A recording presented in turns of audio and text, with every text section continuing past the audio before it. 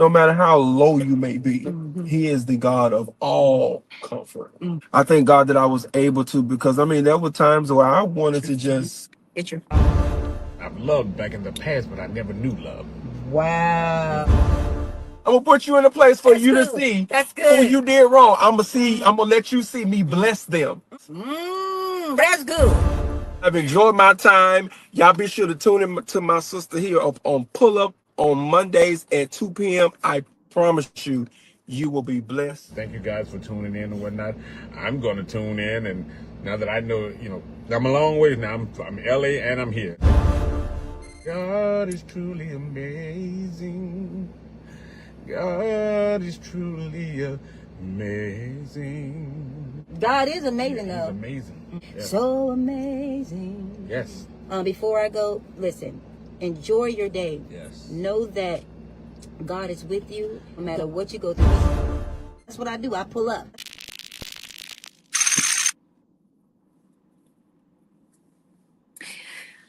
Oh, here we go. Let me just turn this around. Hold on, you guys. All right. Hopefully this pretty much works good.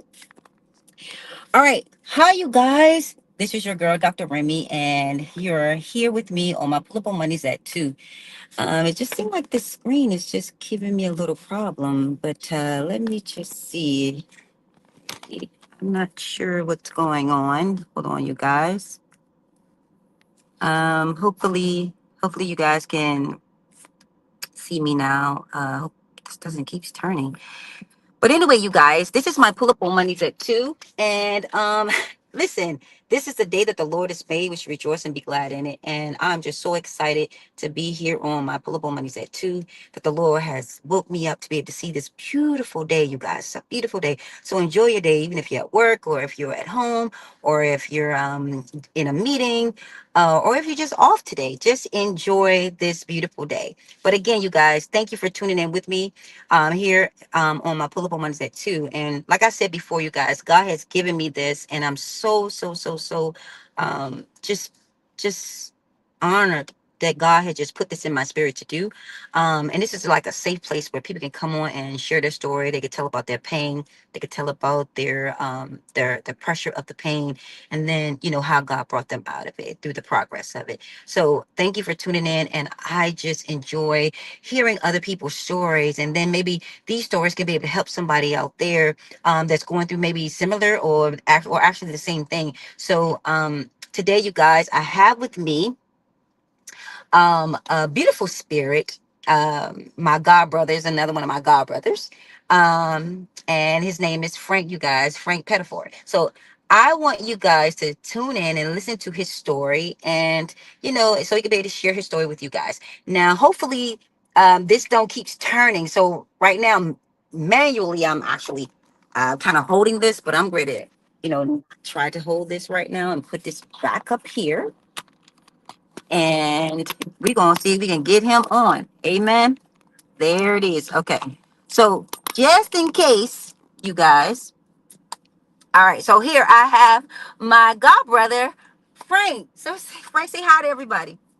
Hello, everybody. How y'all doing? My name is Frank. My last name is Pettiford. I was born and raised here in D.C., Southeast. Um, I went through a lot of trials and tribulations throughout my life, but thankfully, I changed. I got where I needed to be in life, and instead of being out there, which I could have been in a whole lot of different places by now, but my life has changed, and I couldn't have done it without the help of God. So I grew up in D.C., back in Southeast over there. I was born and raised on 6th Street Southeast. My mother left 6th Street, went to Livingston Road, stayed over there, and grew up on that road. Met a lot of good friends and, family members, that I never knew I had, but yeah. And it's a blessing, I got to know everybody. I got to meet good friends, and I'm still friends with my friends right now till today. We all do things together. We cook out together. We go to trips together. We we basically hang out. You know, we all have good jobs now. We all, you know, we're not into that lifestyle or anything. We out here trying to make things work in a positive manner. Um, I went from Mhm. Well, first of all, I just wanted to, let everybody know who you was, and that's good that you had, telling everybody where you're from, and just pretty much tell us about who you are before you get into everything, like where you come from. You did tell me that, but also, do you have any siblings? Is your mom still living? Like those type of things. Like, just tell us about you. okay. So when I was born and raised, I was born with three sisters. I'm the only boy at that time. Um, my mother is still living. My father passed away in January of 2019, on January the 19th. Um, right now, I still have my mom. You know, she's fighting through cancer and other little issues, something that I had to go through as well in my past. Um, my sisters and all them, they all, you know, work and everything. Everybody has a good job. They have kids. I don't have children. My sisters and them have children, except for me and my little sister. We're the only ones that doesn't have kids. But at the end of the day, you know, eventually something good is going to come out of it. Um, for me, I come from I come from a good supportive family. You know, my mother was always there for me. My father was there, but we had our ups and downs throughout our life. And as years went on and gone past, I kind of more so developed a strong bonding with my dad before he passed. Once he passed, then everything, it just kind of like my whole little world just got turned upside down again, because he was the only person like I really bonded with more now as I got older. As a kid, we never got along, but as I got older, I bonded with him more. And when he passed, he was like my go-to. I could sit down, talk to him. You know, if I needed to relieve some anger or some frustration, I talked to him. And at the end of the day, he'll tell me, yo, he like, look, Junior, man, some things you just gotta let go. Some things you gotta learn how to walk away from. You know, he gave me good advice, and that's I think my bond with him became more stronger, because as a kid we didn't do the father and son thing. We didn't be able to hang out, go fishing. We didn't do none of that. You know, everything was he go his way, I go my way type of stuff. You know, but at the end of the day, he did. You know, he did what he did. I done what I done. But at the end of the day, I still respected him because he was my father.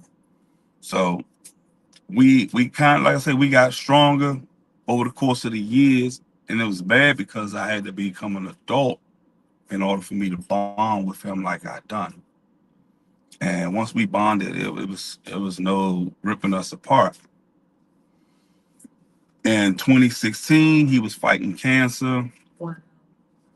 2016, I got sick with cancer. Didn't know it was cancer until I ended up staying in the streets, working and basically not overlooking what happened to me, because I thought a bone popped, and the whole time it wasn't a bone. It was some kind of a like mutation or whatever they call it inside the bone area of my pelvis area. I thought I had popped the bone. Next minute, I wake up the next morning, I was in pain.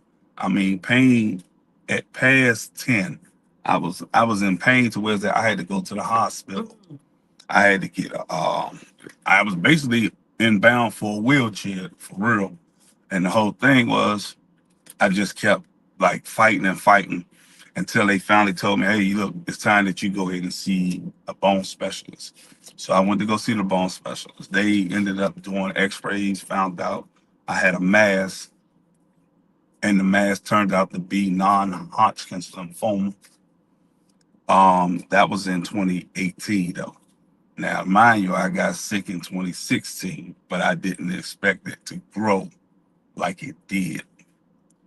And the doctor that I had, some doctor named Seth or something, all he wanted to do was take blood work. Let me take your blood. Let me take. And I kept telling him, I said, hey, my blood work ain't gonna show you anything.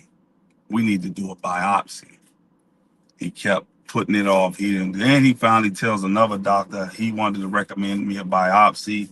The doctor looks at the at the imaging, and the doctor tell him, oh no, I don't think he need a biopsy. It looks like Paget disease. Now, me not being a doctor, I don't know nothing about the medical field, but I do know you can't just look at an image and say, hey, it looks like Paget disease until you start to do biopsies on it. Whole time they let me walk around for almost 18 months, and this thing was growing inside of me. Wow. Until April the 17th, I ended up going in Washington Hospital Center for a doctor named Robert Henshaw. Guess who was there with me? My sister. She took me. Mm. I got my biopsy done that day. I got my results a week later. Guess who was there with me on my results? My sister. So she stuck with me the whole time. Once they found out I had non-Hodgkin's lymphoma, they immediately called me and told me, say, hey, when you leave out of here today, we need you to go ahead and set up an appointment. I called the same day to set up an appointment so that I can get my stuff on the road. And the only thing was about it was I had a little blockage because the devil always stay working. Mm-hmm. So the devil tells me, oh no, you can't see the doctor until May 1st. As me, I'm telling the person, hey, look, this is important. You can't tell me I can't see him because he's expecting me. Oh, well, you still can't wait. So, okay. We had a little disagreement. I let it go. The next day, on the 20th, Friday, April 20th, my doctor calls me. He asked me, hey, man, did you put in the, schedule? I said, yeah. I told him. I said, hey, man, I did. But the people at the desk told me no. I had to wait to see you until May 1st. That sparked, I'm going to say, a ball of rage in that doctor. Anger. Because he was angry about the fact that you're denying me medical treatment when he already had put it out there that if I call, please put him through to me because I have to have him, schedule something so we can get him in the hospital. Not knowing that I was getting ready to be hospitalized come the next week. Yeah, I was hospitalized behind this because at least 70 to 80% of my body was covered.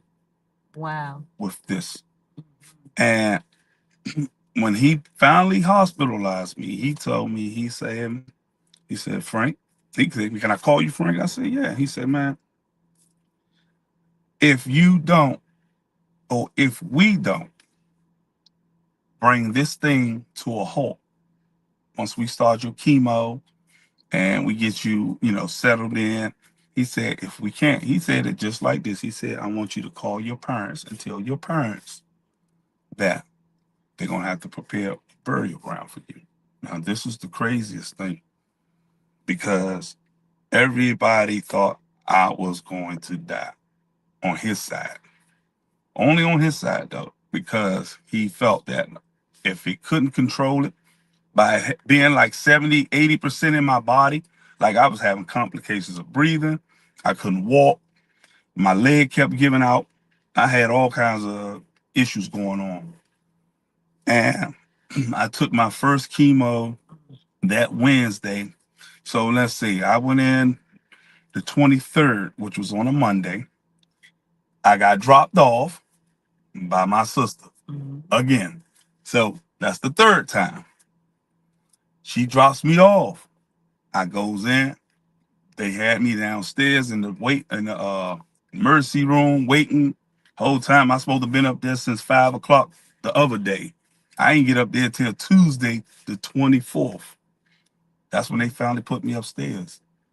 So the people upstairs got me up there. They took all my clothes, made me lay on the bed with a gown on. They stuck me with a needle, a pick called a pick line, and they ran it through my arm. It came all the way up, all the way around, and the line ended down here into my chest. And I had 3 prongs of needles or 3 tubes hanging out my arm like this. Not only that, I had an IV running from this hand, and I had another IV running from this hand, this arm. To whereas that they had to put a whole lot of fluids inside of my body. Once I took that, they stuck a needle. Now I ain't talking about the tube, I'm talking about just the needle itself. The needle was at least almost 2 inches long. 2 inches. The tube was almost 3 to 4 inches because it was that long by itself. I had to eject, they had to eject this red dye stuff into my stomach every time I took chemo. It was so bad to whereas that my lymph nodes inside my stomach was about the size of a 50-cent piece. Mm. My arm, they was all up under my arm. They had grew. So they had to eject me with all this stuff. They gave me a strong dose of what's the pain medicine. Not the I forgot it. But trust me, it was a serious issue that I had to go through. And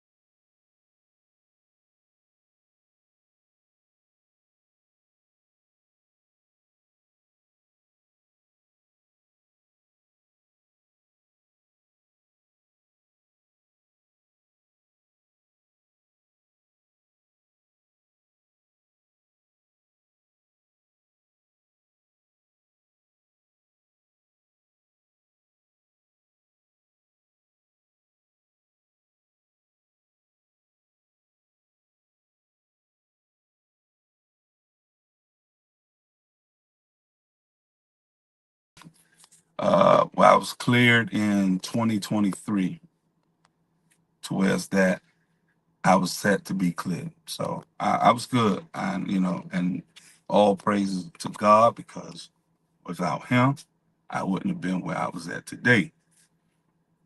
Now I got my own place, got me a good job, got me a vehicle. I got a whole lot of things I've been blessed with. I got a beautiful God sister here. She's been in my life. Even though she's still on my behind. Every time I say or do anything wrong, she gonna correct Oh, me. absolutely. Always. She's gonna read. And if I say dribblerish, no, it's dribble. Don't be So Pronounce your words correctly. yeah, she always want me to pronounce everything correctly. So listen, you guys. Well, my godbrother Frank had went through like a major surgery, major life. Like life and death situation. Like some people cancers are different than others. Like mine wasn't as severe as his, but to go those many months and years and to find out that it ended up being cancer, and the type of cancer was entitled what was it? Non-Hodgkin's lymphoma. Non-Hodgkin. Non-Hodgkin's lymphoma. Wait, non-Hodgkin lymphoma, right? Mhm. So what type of what does that type of cancer attacks? Like it would first through what? Blood, it does. So, It's the blood. It messes with your blood system. Um, your red and your white blood cells. But basically, your white blood cells. It basically messes with that. It sends it to a spiking high level to where's that it forces. See, your white blood cells are supposed to basically fight off little, things inside your body, but mine wasn't doing that. It was kind of like because it was attacking it and it was fighting back, but it was kind of trying to. It was like really trying to take me out because it can kill you. right. Because see, mine was breast cancer. Mhm. So, like I said, everybody's cancer. There's some people, have colon. Some people have pancreatic. Some, so that's why I was trying to figure. 'Cause I'm not familiar with that particular cancer itself. So yours just strictly like it just is an aggressive type of cancer where it just shoots through your blood system and takes you out. They try to take you out It that does way. all that.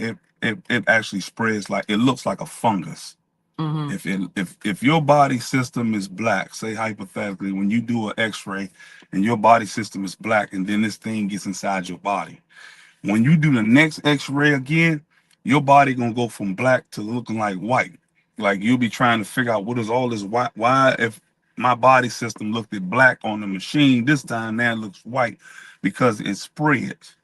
It looks like a fungus that just basically just Touch spread the whole all. entire body. Yeah, And every organ is in it. it goes exactly, and Okay. it covers up whatever it can get in through. Like the good thing mine didn't do, it didn't get into my bone system. Mm-hmm. It didn't get into my bone The marrow. skeletal bone. So that was when he did that bone marrow and he came back with my results. He said, "Listen, that's the best thing I can say. It's not in your system. It's not in your bone system."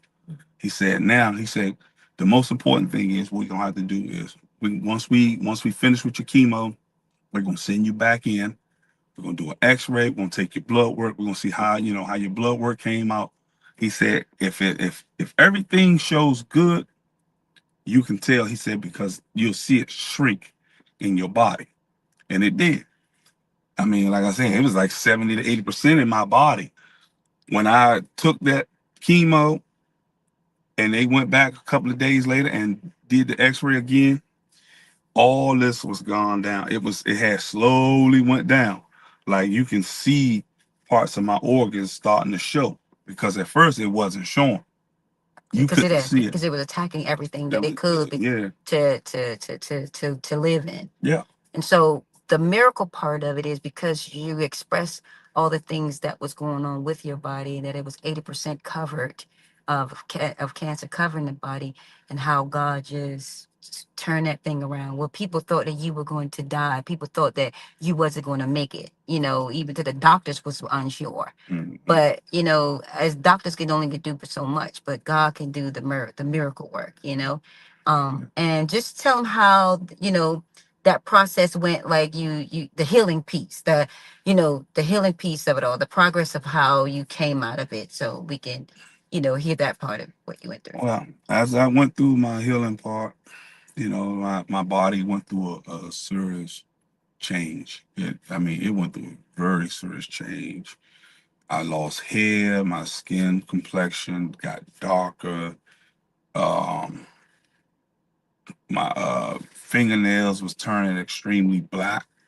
And once you come out of that, like the healing,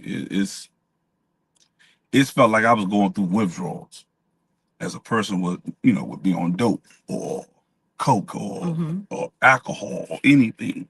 My body it wasn't reacting like it was supposed to as in a normal phase because I was having like constantly gagging, urinalysis. I just had to keep urinating, bathroom kept. I was just so messed up. But during the course of this, it was healing me. It was healing my body.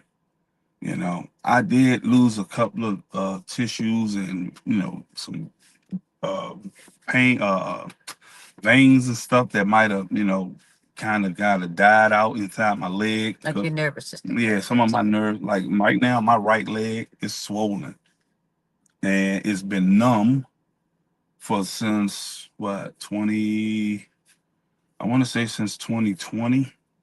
That's when it really started to swell up and numb. And it's been numb since then. I've been going back and forth to the doctor to try to get it looked into to make sure that, but they did look at it and it had some damaged tissue in there, some scarring, and they wanted to make sure that it wasn't any blood clots, but it was one. But the cancer ate it out.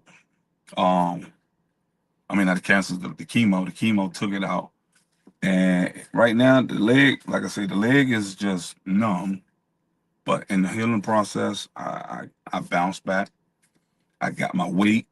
I got my health, my movable. I can move like I wanted to. I wasn't like I was at first. Couldn't walk. I was wheelchair bound. Seriously, wheelchair bound for this. And at the end of the day, I went through. I had a prayer done for me through my sister, my mom, the church, everybody, they put in a prayer for me, and guess what? Here I am. I bounced back. Cancer free. Cancer free. Let's make that clear. He's cancer free. Exactly. Yeah. So God is good. All the time. Yes. I'm just grateful that, God uses, his vessels to help intercede and help others, And I'm just so happy that he's still here, because it was a life and death scenario. And just to see him where he is now, he's been through some ups and downs as far as, his cars, vehicles and stuff like that. He went from a Mercedes to to not having a car at all. Then he went from that to a Lincoln, not Lincoln, Cadillac.